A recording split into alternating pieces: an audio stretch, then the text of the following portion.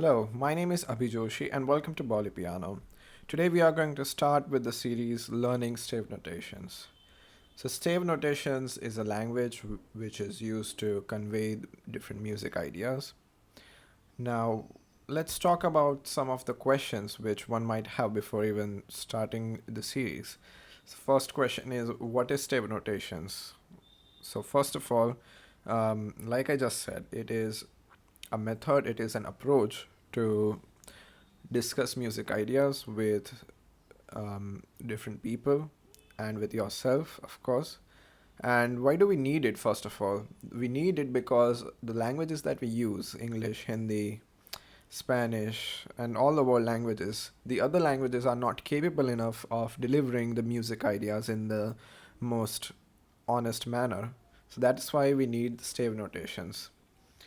And there is always the debate going on whether do we need to learn stave notations to play music or not. Well, there are some guitarists who think, for example, we don't need to know stave notations because we want to play accompaniment, we want to just play around with the chords, right? And of course, there are a lot of schools of thoughts, and it's a very debatable topic. But one thing that is quite clear is if you know stave notations, it is going to benefit you a lot as a musician.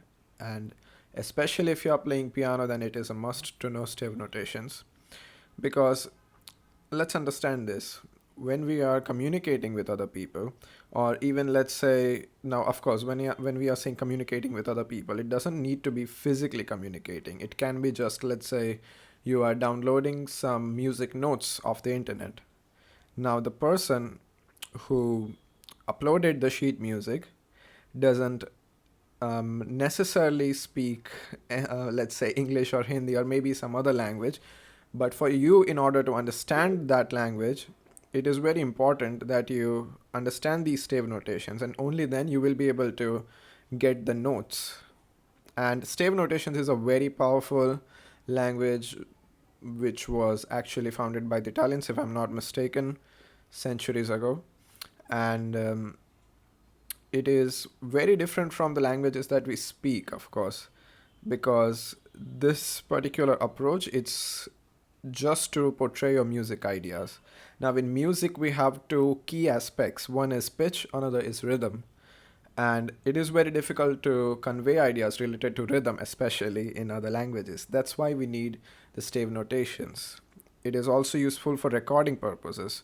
For example, if you're composing something, you need to record what you're playing because even if you get back to it after 2 years, you should be able to understand what was the composition, right? Or maybe let's say you are just playing for yourself, and if your teacher wants to tell you something, then it is much more convenient if both know the stave notations, of course. If you want to play all the pieces, but let's say you don't have enough time to prepare for it, then you can download the sheet music off the internet or get some music books and you can play it out. So I can go on telling the pros of learning stave notations, but one thing is for certain that it is going to help you understand music in a much better way. So anyway, let's not talk too much about the importance of these things because it's pretty obvious. But now let's try to understand what the term means, stave notations. So notations, you can get the term like it is um, basically you are notating the notes and in a specific rhythm, so hence the notations. But what is stave? So stave is the space where you're going to write these notes, right? So let's have a look at what's the stave, and let me clear this. So stave is a combination of 5 lines.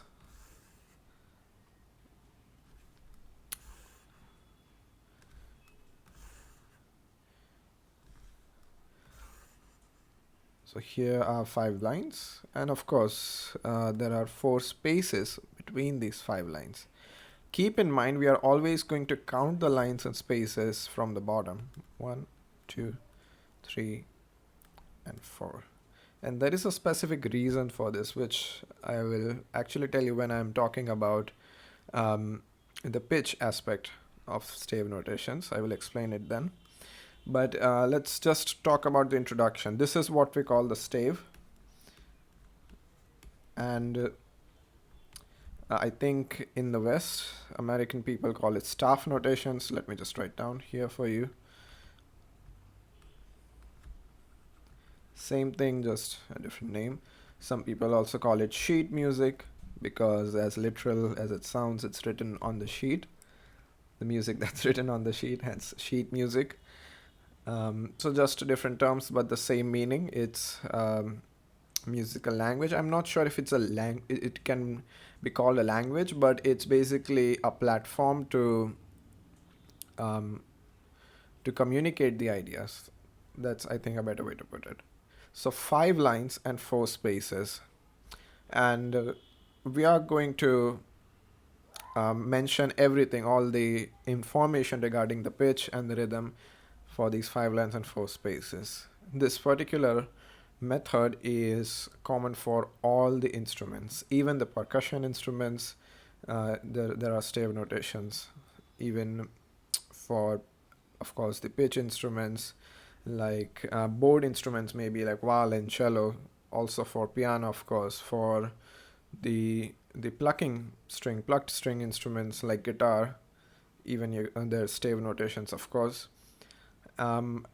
So it's also going to be beneficial to not just read the music, but also to understand the theory behind your instrument, which is one of the next series we are planning to make a series for music theory in the upcoming days. So music theory and stave notations kind of go parallel. And to understand this series, there is just one prerequisite, that you should have some knowledge about your instrument. Now, your instrument might be piano, might be guitar, might be violin, could be anything, but you need to have just some basic knowledge about what's pitch, what's rhythm, etc. So anyway, you can just have a look at this system. There's just 5 lines and 4 spaces, but we are going to demonstrate all the ideas in this space. Now, you know that on a full-sized piano there are 88 keys. Let me just oh yeah, it's already there. So you can probably see the keyboard at the bottom, and you can see that all the information within these 88 keys can be delivered just on these 5 lines, 4 spaces. Right? So that's pretty incredible, and it's a very detailed system to communicate the ideas, of course. But the thing is, the language is very easy to learn, I would say, unlike the other languages, of course. But it is difficult to master, I would say. Maybe not difficult, but it requires a lot of consistency. So anyway, this series is more focused about learning the language, not to mastering this particular language. But I think while you're learning, it's important that you learn using the correct information. So my aim in making this series is, I don't want to make it too long and boring, but at the same time, I don't want to make it too brief that it's very difficult to understand everything. And we are going to have this piano right at the bottom, so I will also be explaining what it literally is on the instrument piano, of course. If you are not familiar with the piano settings, what are the notes on the piano, then first I would recommend that you just get used to the note names on the piano. It's very easy. And with that being said, let's meet in the next video, and we will continue this series, and I hope you will enjoy it. Thank you so much for joining. Hi, welcome to the second video of the series. In this video, we are going to talk about the treble clef. So first of all, what is clef, right? That's a new term. And so for that, I will have to draw the stave that we learned in the last session first. So just give me a second, I'll draw it. Draw the 5 lines and 4 spaces.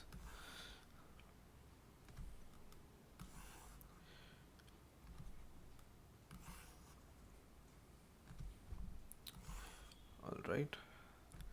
And in the last session, we talked about the stave 5 lines and 4 spaces, and we were also discussing how these 5 lines are enough to demonstrate and portray your ideas for the entire 88 key keyboard, or perhaps any instrument.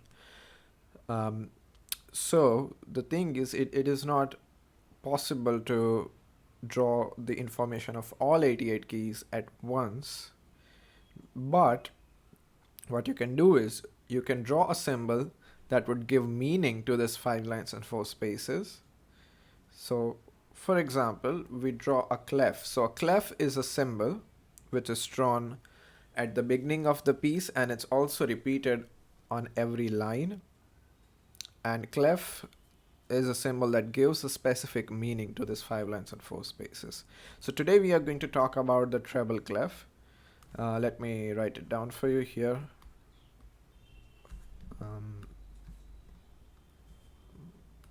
Treble clef. So when we say treble, we are actually talking about the higher pitches. Well, not too high, of course, but let's say somewhere about middle to middle high pitch on the piano or any instrument. Again, a lot of instruments use the treble clef, like the guitar, violin, and it's, I think, the most famous clef. Whereas us pianists, we use actually 2 clefs. We use the treble clef and the bass clef. Bass clef we are going to cover in the next video. Now, again, it's not a rule, but mostly the right hand is with the treble clef, left hand is with the bass clef. But again, it's not a rule. You will not often see 2 treble clefs or 2 bass clefs. So first of all, a treble clef, how to draw that? So I'm pretty sure you have seen this symbol somewhere. So there's a line. Now, okay, first let me just draw it out. So there's a slight, so it's a slanting line, and there is this figure. So first this curve which touches the 5th line, then this next curve which is going to touch the 1st line, the bottommost, and cutting it back to the middle line, and finally towards the 2nd line we will finish it and make these dots. So this is the treble clef. It is very hard to draw well with this digital tablet at the moment, but I think you get the point and you have seen this symbol. Now, a lot of people draw the treble clef starting from the 2nd line like this, and then so basically like this, which I find very uncomfortable to draw, to be honest. But some music teachers might be very adamant on saying that this is the best way to draw it. But again, it's up to you, whichever is the easiest. And the point is, since you started on the 2nd line with that method, it's also known as the G clef. And why G? Because this particular line is used to show the G note of music. Alright, so there is a treble clef, and now these 5 lines and 4 spaces have certain meaning. So the lines, let me also write down the numbers once again. Again, starting from the bottom, 1, 2, 3, 4, 5, and the 4 spaces, 2, 3, and 4. So the first line, that is going to be E. Okay, let me use a different color so that it's easier to see. So there is E. 2nd line is G, 3rd line is B, 4th is D, and 5th is F. And for the spaces, it is F, A, C, and E. Alright, so you can see that there are some notes which can be shown on these lines and spaces. Now, we will talk about how to memorize this and how to understand this in a moment, but let's see how to show a note on a line or space first of all. So it can be shown by drawing a note head. So a note head is a symbol which is slightly oval, and it can be drawn on a line or space to demonstrate a single note. So let's say this one. So this is a filled note head because I'm covering it up.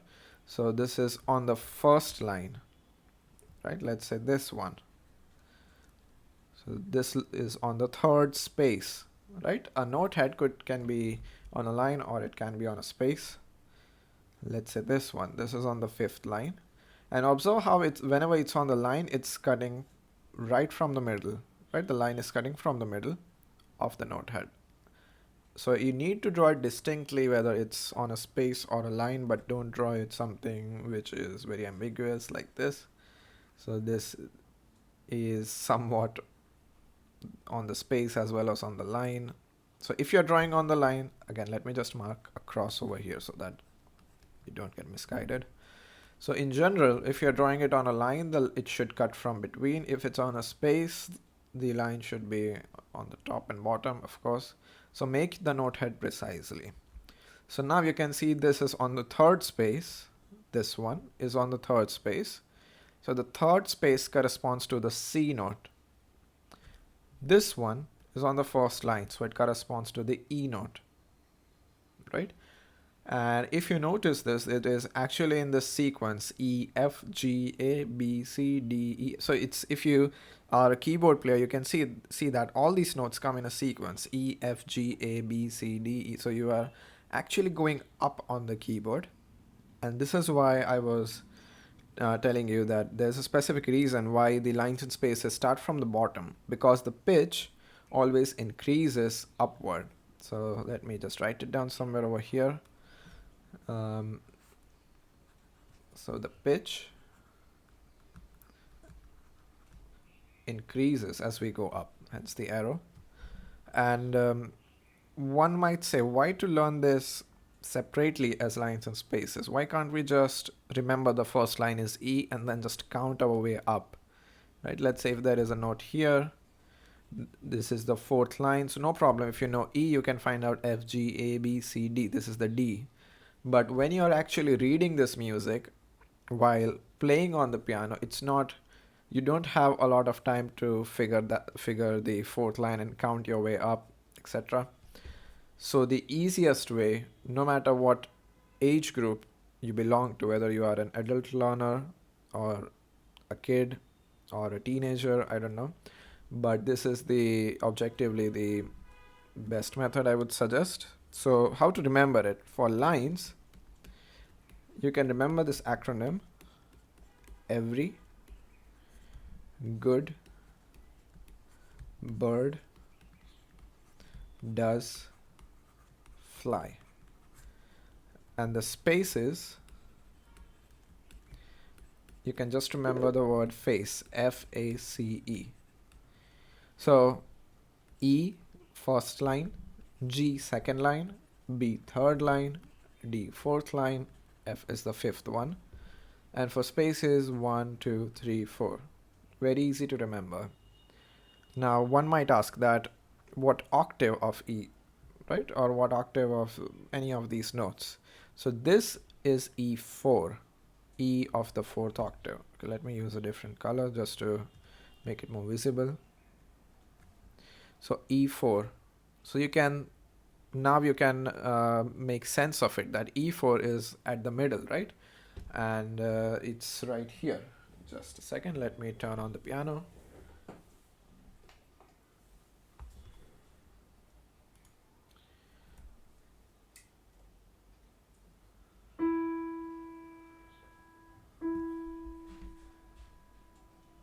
Yes, so this is the E4, right? And then the first space is F. I'm sorry if there is a little lag, but I don't think we can help that.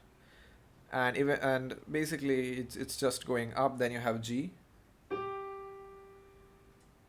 So this is the second space, and then you go up, up, up. So the third space is the C5.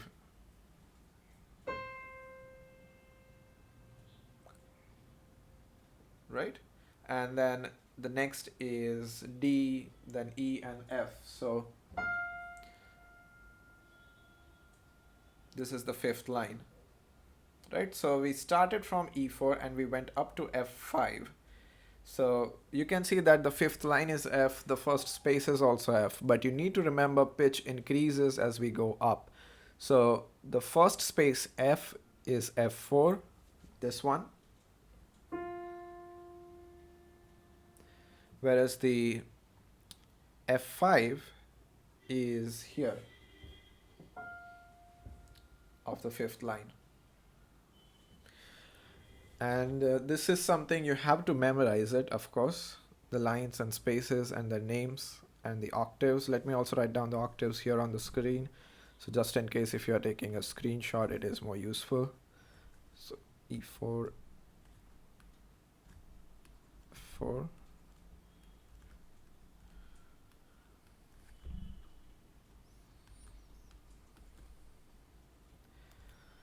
All right, so this is all there is to treble clef. There are, of course, there are some other things like the ledger lines, which we will cover later. But for now, I think all you need to do is memorize the lines and spaces. In the next video, we will talk about the bass clef. Thank you so much for joining, and then see you in the next video. Hello, welcome to the third video of the series. In this video, we are going to talk about the bass clef. In the previous video, we talked about the treble clef, and of course, if you are following this series, it goes without saying that it is a good idea to follow the series in the particular sequence it is intended. So this one is the video where we are going to cover the topic of bass clef. We already discussed what is a clef and why do we need it on the stave notations. So we discussed a treble clef, which was playing the notes from the middle octave and the higher octaves. So bass clef is for the lower octaves and the middle octave somewhat, of course. The thing is, the middle octave can be shown on the bass clef as well as on the treble clef with the help of ledger lines. But bass clef, if we just generalize it, it is for the lower octave notes. And a lot of instruments use the bass clef. Of course, piano uses it for the left hand, sometimes even for the right hand when the music is going really on the lower octaves. But also, for example, cello, there is double bass, there is bassoon, there is bass guitar. So many instruments use the bass clef. So, of course, very important. And anyway, let's dive into it. Again, I'll just have to draw the stave lines.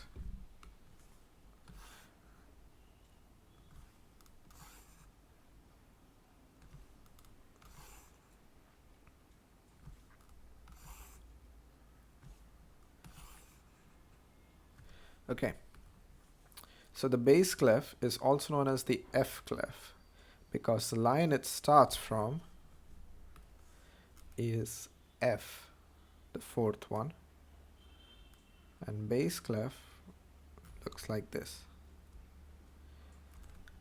Okay, I would recommend that you try practicing it on a manuscript paper. Manuscript paper is basically the paper on which you have the stave lines already drawn. You can just try in a blank notebook, but I think it's a good idea to draw the clefs a few times just to get the hang of it. Of course, nowadays we have softwares and a lot of technology that people usually don't draw and write down these notes, but I think one must know at least little bit. One should be familiar with drawing the notes at least little bit, if not very fluent with it. So here's the bass clef, and now just like the previous video, it has a different meaning for lines and spaces, and basically that's what a clef does. It gives a meaning to the 5 lines and 4 spaces. So whenever it's the bass clef, the 5 lines are going to be these ones,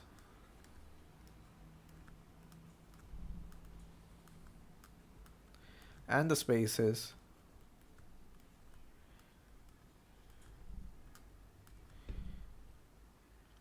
right. Yes, so now new acronyms for the bass clef. So the lines are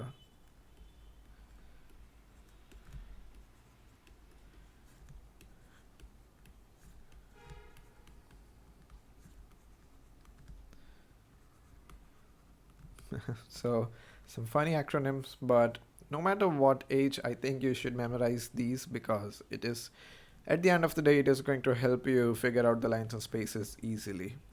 So it's not just for kids. And the spaces,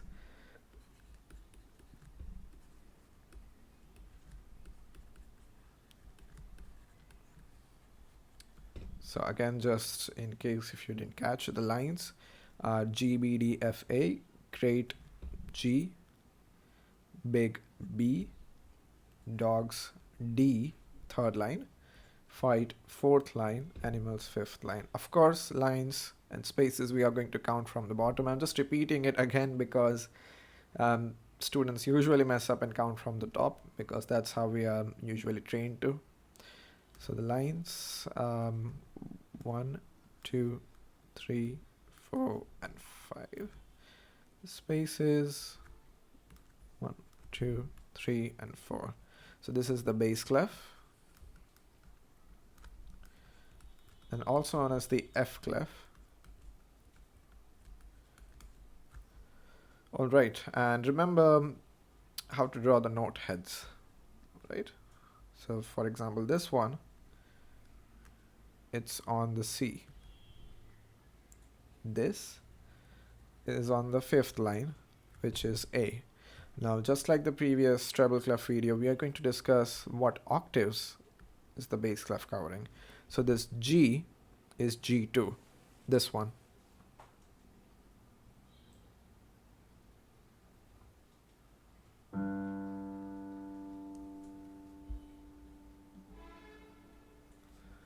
And then going our way up, remember pitch increases as we go up. So A is the first space. Likewise, there is B2, and now there is C3. The second space is C3.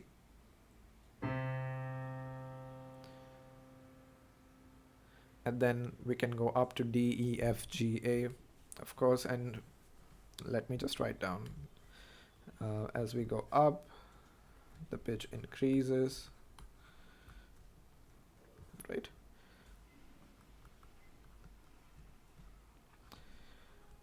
All right, so just let me write it down over here, and that's it. That's for the bass clef. G2, A2, B2, and now remember the octave changes on C.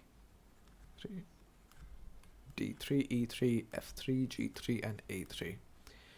So treble clef and bass clef, you have to remember the lines and spaces. And in the next video, we are going to summarize the treble and bass clef, and at the same time, we are going to have a look at the ledger lines, and I think that's the plan for the next video. So thank you so much for joining, and then see you in the next fourth video. Bye.